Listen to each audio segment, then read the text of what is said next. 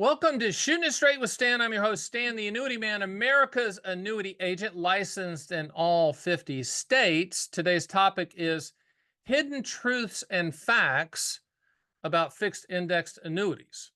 Now, we get a lot of calls about this because people are getting the sales pitch that sounds too good to be true, because it is. We have nothing against indexed annuities. A little history on indexed annuities, the hidden truths and facts. We're starting early. Um, Indexed annuities were put on the planet in 1995 to compete with CD returns. In other words, the hope and the goal of the structure and the strategy was to get a couple more percentage points than a CD. And they've done in that range. Okay, they're not market products. I think one of the biggest fallacies is how they're sold, as some of the catchphrases are market upside with no downside. Um, you know, Market upside with principal protection, all the little nuanced things that sound too good to be true, because they are.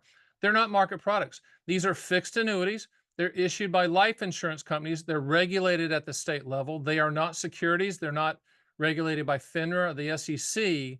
So it's kind of the wild, wild west, unfortunately, with a lot of the sales pitches, not all. But if you go to the seminars and the expensive steak dinner seminars, most of the time, it's a one size fits all, one carrier approach, trying to sell one product to everybody, which is insane. It's like a doctor holding a seminar and trying to sell one medication to everybody in the room. Everyone's different. People either need annuities or don't need annuities. But indexed annuities, I think, are the current go-go product and popular product in the industry, because it has the highest commission. In all commissions with annuities, plural, all types are built in and hidden from the client, which I'm not sure I like, but it's the rule. But it is the highest. It is the highest commission. It's the one that if you sell enough of it, you go on the trip to Italy or Bora Bora or France or whatever with your girlfriend, boyfriend, wife, husband, whatever applies. Those incentives went away in the securities industry in 2003, I believe. And I wish they'd go away in the annuity industry as well, but they have not. The annuity industry, life insurance lobby, is pretty strong on the Hill. So I doubt if that's going to happen. So a couple more facts and hidden things about index annuities you need to know. The indexed option strategies on the accumulation value. And that's the one, if you're probably breathing with a bank account, someone's tried to pitch you one. It's the one that has the caps and the spreads and the participation rates, all these foreign things you never heard of. What those are levers that the life insurance company that's issuing the index annuity use to limit the upside. They're for profit. Remember, they're trying to do CD returns a little bit better. But I think there might be even more, but let's just keep it as I'm pretty confident there's more than 750 choices. Think about that. 750 index choices. In my opinion, you could throw a dart at all of them and you'd be okay.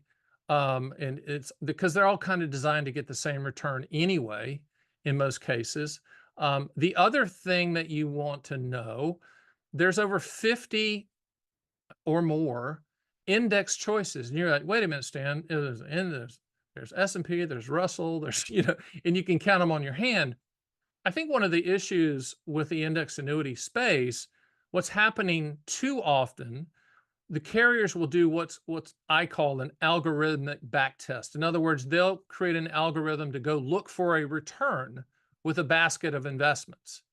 Once they find that return that looks great, but yet it's hypothetical, not guaranteed, then they will name that index, attach it to an indexed annuity, and then the salesperson unfortunately might say, well, if you'd owned it 10 years ago, this would be your return. Unfortunately, it's been around about 3 months. So a lot of states are starting to disallow that kind of back testing, but combine this, you have 50 plus indices to choose from. You have 750 index option choices. And then on top of that, at the time of this taping, most index options are a year in length, but there are some that are 2 years in length and 3 years in length and 4 years in length and 5 years. So that gets even more complicated. Majority of them at the time of this taping, you lock in on the anniversary day. So you're kind of slave to the date, but some of the longer term ones will allow you to lock in whenever you want to lock in, which just adds to the confusion, in my opinion. As a side note, at the Annuity Man, we typically 99% of the time use indexed annuities as a very cost-effective and efficient delivery system for income riders, which is a contractually guaranteed income that you can attach at the time of application to the policy. So that's, if you go to my site at theannuityman.com, you'll see income rider quotes. You won't see index annuity quotes because there's nothing to quote. I mean, there's nothing. And the reason I say that is getting back to the caps and the spreads and the participation rates. And if you want to go down that rabbit hole, I've done videos on that. I've written an indexed annuity owner's manual you can get for free at my site at The Annuity Man. If you really want to go down the rabbit hole, I've done it.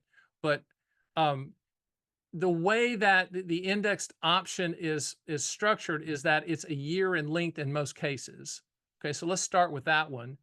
I always tell people, let's just say you bought a 10-year fixed index annuity, standalone for growth. Unfortunately, you bought it for growth. It's not a growth product.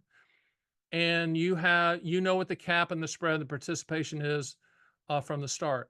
The problem with that is that you really own a 1-year guarantee you own a 1-year guarantee with a 10-year surrender charge, because the annuity industry can change the terms of the cap and the spread and the participation rate at the anniversary date. Now, there's all kinds of sales pitches and renewal rate histories and all that stuff.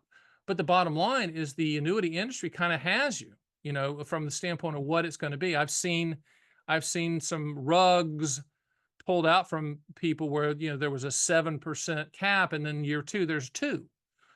We've seen that. And I'm not against the annuity companies. They're a for-profit business. They got to do what they've got to do. But it leads me back to never buy indexed annuities for growth. You should buy them for principal protection first, okay? Then CD type return second, and then third, what we use it for, which is the attachment of an income rider if you need income in the future. And we like index annuities using it that way, because at the end of the surrender charge time period, if you don't need the income and things have changed in your life, or you just don't want to do it anymore, you can get all your money back on whatever that accumulation value has grown to. But it's very, very the index side can be very, very complicated. I always joke that I know 5 people, that I know 5 people that fully understand index annuity, options. I'm one of them. I think I know the other 4, but I'm one of them. But if you can't explain it to a 9-year-old, don't buy it. No offense to 9-year-olds. So the other thing about the indexed annuity, it kind of became popular in that 2008 debacle back then, because people were shell shocked. It was a perfect time to introduce the product. It's just been overhyped, in my opinion, by too many agents, because it is a high commission product, and it's a good story. If you're not telling the total truth, if you give them the 30,000-foot view, it's a really good story. You get upfront bonus, you get market upside with no downside, you get free long-term care, and you get a lifetime income. Let's break that down. The upfront bonus is candy for the stupid. Buying an index annuity for upfront bonus is like buying a brand new car for the stereo system. There's 100 pennies in the dollar. That should be irrelevant to your decision. You should quote all carriers to see who provides the highest contractual guarantee, whether it has a bonus or not. So that's kind of a nebulous, overpitched part. The market upside with no downside is completely wrong and borderline fraudulent, because they were put on the planet in 1995 to compete with CD returns. The third thing, they say, well, you get free long-term care. No, you don't. It's confinement care. Long-term care is its own product. And long-term care, pure long-term care, is a health insurance product with very good tax benefits, but it is nowhere to be found inside of an indexed annuity. And then the only truth of that 4-part sales pitch is the lifetime income with the income rider. But if that's what you're trying to go do, then shop all carriers, go to our site and just shop all income riders for the highest contractual guarantee. There is no one size fits all. That's the kind of the hidden truth about index annuities. It's not a one size fits all product.